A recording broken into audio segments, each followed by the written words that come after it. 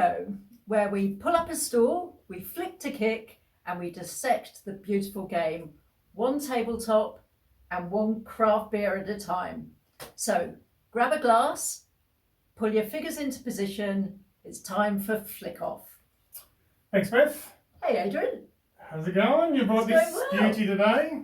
You want to talk to this while I crack it? Yeah, please crack it. So the reason I brought this is a After our last incident. Belgian beer. Let's see if Okay. Adrian can do Oh, this it's without... got plastic on it, isn't it? Ah. Oh, that's like a bottle of wine. Uh-oh. Right, we got it? So this is a Belgian beer. Oh, good on you. Oh, mate. Here we go. Let's go. That's your bit. Glad we got the towel today. In honour of that amazing Belgian win. And terrible ball pouring. So as you all know, Belgium won in the World Cup a few days ago. And it was I think the latest minute winner ever. Yeah, the latest winning goal ever, so I presume that means up to 119th minute rather than being... Perhaps there's one with less seconds to go in a game, but the longest into a game. And there was the other one that was... talk about the clock! Talking about minutes, ready to play? 3, 2, 1, play. Right now already. Yeah, so, and Senegal, they have the unfortunate record now of being the team with 2 goals up, the latest into a game, without winning. Wow. Or knockout stage game, at least, without going through the next round. Crazy. So there was absolute bedlam and delirium when Belgium scored. So I have picked this beer, which is called... Yeah, the name. Delirium. Yep. So a triple Very strength. appropriate. On the Belgian shirt. Triple strength, strong blonde beer. It's 8.5 alcohol. Gotta love that. So Mate was drinking the drips off the floor. So look, congratulations to our Belgian friends. The shirt, the beer. Shirt, well done. Yeah, I Good tipped stuff. 2-1 to Senegal, so I was thinking, at least I'm getting the result right. And then Belgium scored. I thought, beauty, exact score in my tipping competition. Then I just did another one. And another one. Well, cheers, my friend. Yeah, cheers. Cheers. It's like a Belgian blonde. No hidden agenda there of Belgian blondes, but yeah. You still have a Hogard, which I think is a blonde. That's a strong very beer. poppy or something. It is very. Lots of flavour. It's got a little bit of burn at the back there. Very nice. Some more in here. So, Adrian, what topic are we talking about today? Topic today is family connections. So we were just going to do siblings until we realised there's even more than just brothers and sisters involved. So many family connections. And as usual, we'll start with Subbuteo. Yep, and you have some Belgians to jump into first thing, Beth? I have. So sticking on the Belgium theme, the first family I thought of in table football is the Sheen family. Yep. We've got the brothers, Pascal and Seb Sheen. And we've also obviously we've also obviously got their cousin Danielle. Yep. So we buy a lot of our gear through, my figures and a few others down here. It's easy to get them through Danielle usually. Yeah. Thanks absolutely. Daniel. It helps the scene down here a lot. We've been able to buy his gear. And also Pascal's daughter Melina, who I played in the World Cup. Yeah. So she is also in the famous Sheen family. So Adrian, thinking about table football, Subbuteo and families, have you thought of any others? Yes, well, just to quickly say as well, a shout out to Sebastian Sheen. You've done great work with Fistiff. I don't know if there's others out there on the scene that unaware of how much he's done since he stepped into the role. I was on the board for Asia at the time, and when Sebastian stepped in, he did a lot of stuff, great work behind the scenes. So well done, mate. Tassie from, so lots of family connections, very cliche on the Tassie scene. I was looking back through and thinking they used to be around when I started back in, the late 80s, early 90s. Right. So my club there was me and my 3 brothers and my dad. So there was 5 of us, and the other 2 people in our team were one of my brother's friends, and his brother. So everyone was related to someone in true Tassie style in our club. I was going to say that shows me I'm not at all surprised by that. We are talking Tassie. And Yago's club as well. So Yago Desalia, who's on the scene as well still. He had two of his brothers involved, you probably didn't realise. Tonchi and Tony, his two younger brothers. Yep. And in his club as well, there was another set of brothers. So the Natoli boys, who I know as well, Rex and Simon, later in life I played soccer with. So again, lots of brothers, everyone's related to each other in Tassie, so all that. Everyone's related to everyone in Tassie, so that doesn't surprise me at all. Yeah, but now Sydney's taken over that mantle, I think. All the incest jokes aside, you can't... and for Tassie, Sydney scene definitely dominates the family connections who are going through. Who are the main ones? Well, in terms of APFA legends, there's two brothers, so Gary Hosey and John Hosey, two official APFA legends. Then when we go through some of the others, there's the Lombard brothers, Danielle and Raphael, and for a bit of trivia as well for those not from Australia, Raf's son, of course, Gabrielle, is playing in Italy. For Parma, I believe it is now, and he's in the Australian under-17 football team, that is, right? Football team. So, well playing for a Serie A club, I think Parma are back to again, so well done. There's the Grumbach family, so Adrian and his daughter, whose name escapes me, you've played against, I can't remember her name. Lots of father sons, actually, and father-daughters. So there's a lot in Sydney, so that made me think, well, who have we got in Melbourne? And the obvious one is Peter and Chris Thomas. Chris Thomas back in the UK, yeah. Back in the UK, they started playing, and obviously Peter's out here. Yep. And I think Chris kind of has got it over Peter. Yeah, it's good when he's to play against Chris when he came here. It's pretty impressive. And they met in the semi-final rather than the final. I think the way the draw lined up, didn't it, for the IO I think we had in Melbourne when Chris was here, which is awesome to see them in action. But of course, we couldn't think of many more in Melbourne, but when we go back to Sydney, there's quite a famous family over there. Which ones? Yeah, there's the Dietrichs, the Elmers, the Wilsons, Samais, Creditinos, Palomaras, Brenners, Frykos, Mikulev, Okay, stop me now, Kennedy. Stop, enough. So look, I think it is kind of lovely to see that families, especially father-sons, father-daughters, mother-daughters, passing on this game, because that's how it's going to grow. Correct, and it's like it's a social interaction. I think what we love here in Australia is the social aspect of the game. It probably reinforces that with a lot of siblings and father-sons, father-daughters play it together as well, which is great. And look, if we look on the international scene, there are a lot of others, other than machines, obviously. There's the Haas brothers. Yes. We were come here a couple of times. We were very fortunate to have Wolf come down under a few times. Yep. And Christian Haas has been here before my time. Yeah, right. Played won the first GPs back in 2016, 15. Okay. He was here as well. Yeah. So I think we'll throw up some pictures of all those. I'm sure you've seen them as we've been going. Another honourable mention was when the Germans came when I was a kid. So back in 91, 92, brought a team over and played against the real players in Sydney, and then they actually come to Tassie as well. Wow. And I got absolutely belted by a guy called Axel Schneider. His brother was Wolfgang as well, so full German names. He was unbelievable. He played with the flats, or whatever the figures were like the cardboard, smashed them out of the park, the old sort of school stuff, and I think it was like 7-0. But then I was actually happy when the old magazine, the Tri-Flick, I have to show you one time, that Steve Dietrich and Hosey used to put out. A lot of the Sydney players got smashed like 7 to 10 goals. He was taking it easy on me, but he was good, very good. Talking about getting smashed by father-daughters, father-sons, I went over to the UK, actually to North Wales to play Ruby. Yeah. And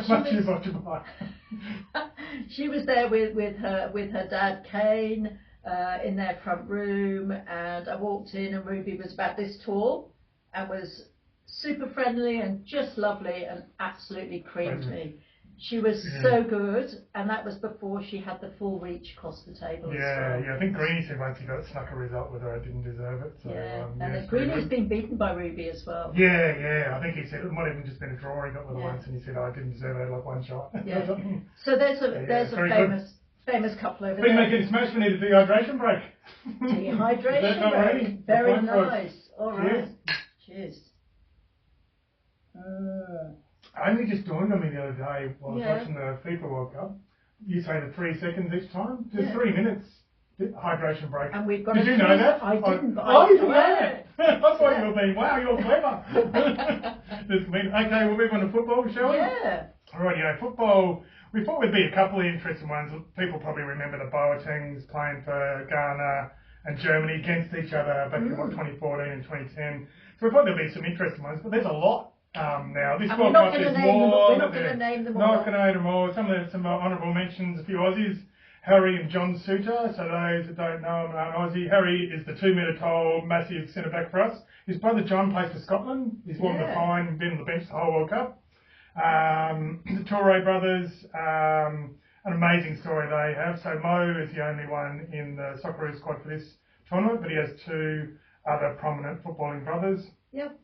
So their family fled the civil war in Liberia, and his parents spent 14 years in a refugee camp in Guinea before they then got to Australia. Absolutely So amazing. Mo and I think it was Mo and Al Hassan both were born in a refugee camp in Guinea, which is just an incredible story. Well done to make it there. And it sort of puts it in the face of a few of the anti-immigration people in Australia at the moment. So go to Socceroos and who's our centre forward? A refugee. Yeah, and I think Adrian's absolutely right. It's felt even better to support our team, to support our country. Real explanation.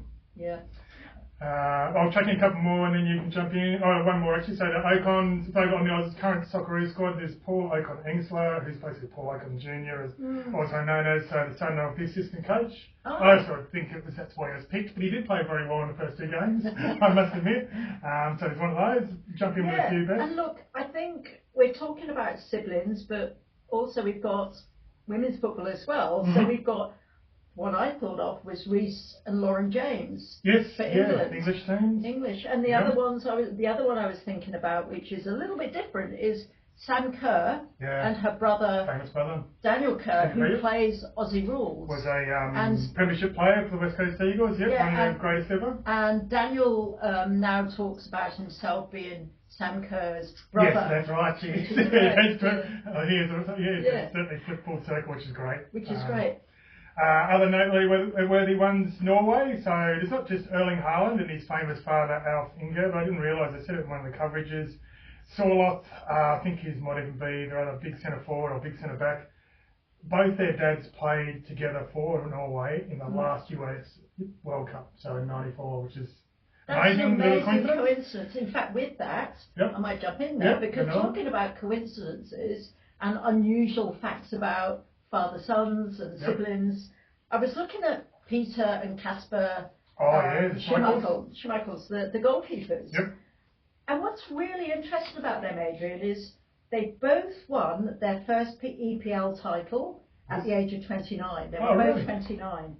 And Leicester, they both won it on the same date, May the 2nd. Oh, really? Yep.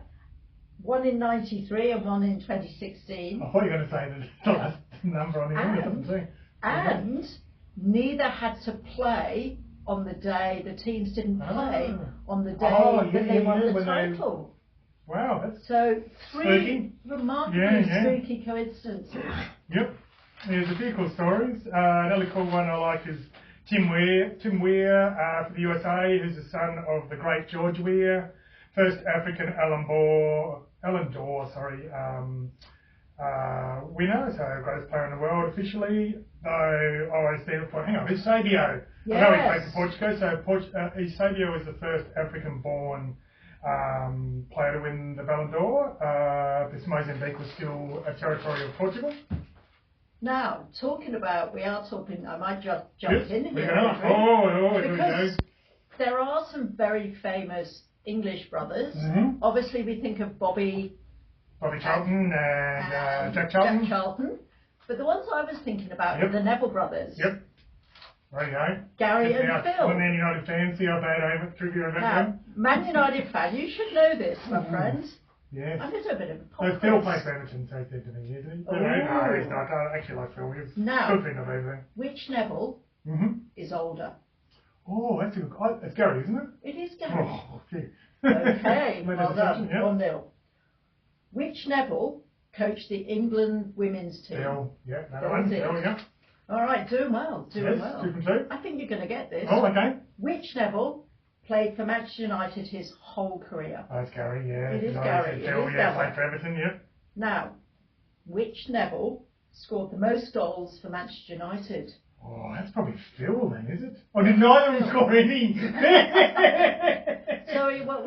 Come on, I need to I'll go press Phil. you. I'm going to go for Phil. You're going to Phil? How many goals? Oh, I don't know. They always joke about Gary Neville being terrible at scoring. It's probably like 4. That's pretty close. So it's 5 goals. 5, oh, And it's both of them. So they both scored 5 goals. 5 goals. Yeah. Geez, must have been a few FA Cup games against Scunthorpe or something. Which Neville said this? Ooh. I can't stand Liverpool. I can't stand the people. I can't stand anything to do with them. Oh, are you trying to trick me with the Phil Neville play for Everton? I still reckon it's Gary, but I wonder if it is Phil and he survived playing at Everton. It is Gary. Thank God for Phil. And final question. Yep. Okay.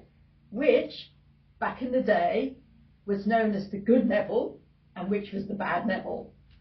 Well, in terms of behaviour or playing ability, I'm going with playing ability. It's probably good was Gary and the bad was Phil. He's the utility guy that played anyway. I'm going to go with that.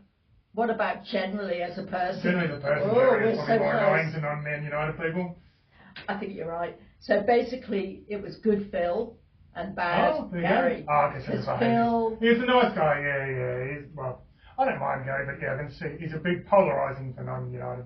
exactly. Like Gary, what's his name, Jamie Carragher, can't stand him, but the Liverpool fans. So I think congratulations, mate. Oh, you're right. I think you did really well. Yeah, You thank you. passed. Good little quiz.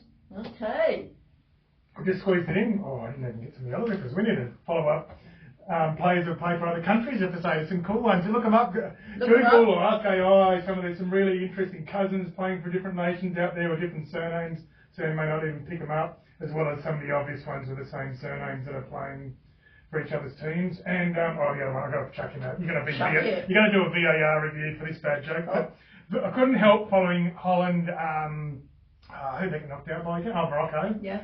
For Bruggen, the goalkeeper, he's got to be Stiffler's brother, twin brother. You know, Stiffler from that really bad movie American Pie from our generation has not aged well at all, that movie. If you watch it again now, it is diabolical. But I'll put a picture up. He looks a dead ringer for Stiffler, I reckon.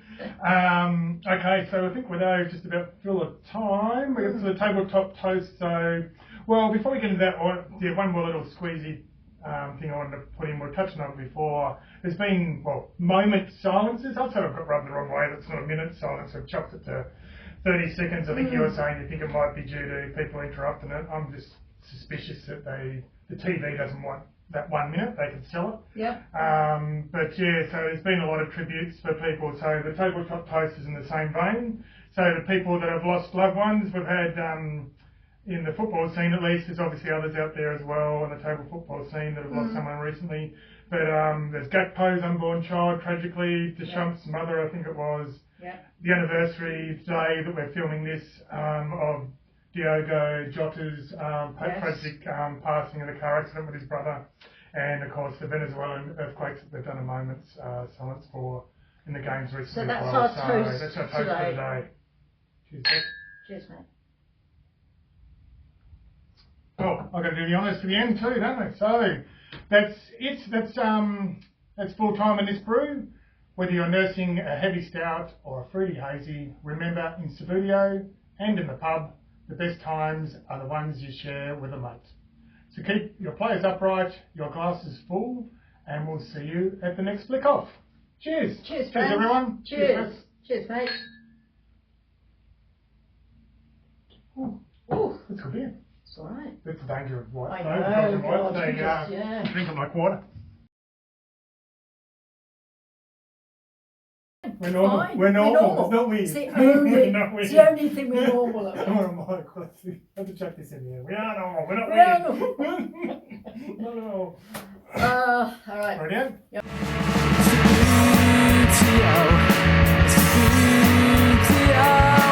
You push me around to be